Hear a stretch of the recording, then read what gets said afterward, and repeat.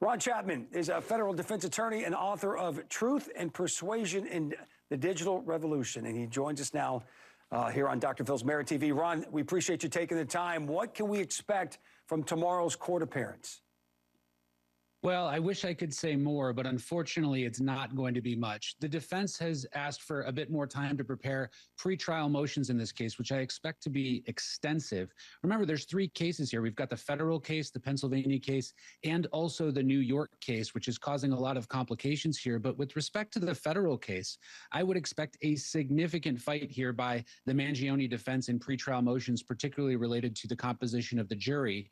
And those things are going to take time to brief. So probably not a lot of movement or even setting a trial date at the next hearing. In fact, I just looked at the docket and there's an order that will continue the case all the way until March, which will give the defense a little bit more time to prepare their case. There has been an outpouring of support for Luigi since the shooting. What does that say about influencing this case? Tomorrow, the jury pool, all of that.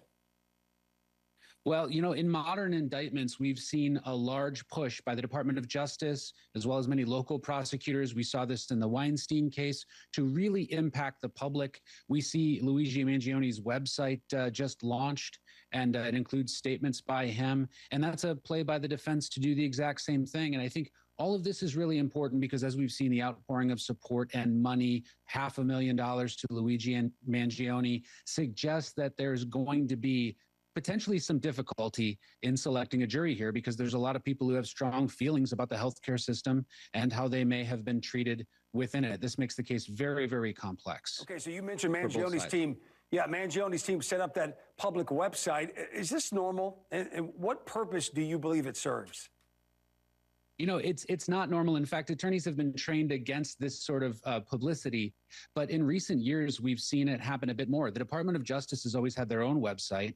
And during the Trump indictments, we saw some private entities set up websites like this. And this is just a kind of, as I wrote about in my most recent book, a function of our age. We now have the ability as private citizens to influence the press, and defense attorneys have the ability to put out public information to try to make sure that the public is properly informed. So not a bad move, not an unethical move. I think it's probably a good move for a case like this. So Ron, 10 seconds or less, he's due in court tomorrow. Will he make an appearance? And if he does, will he have that security team around him like they always do?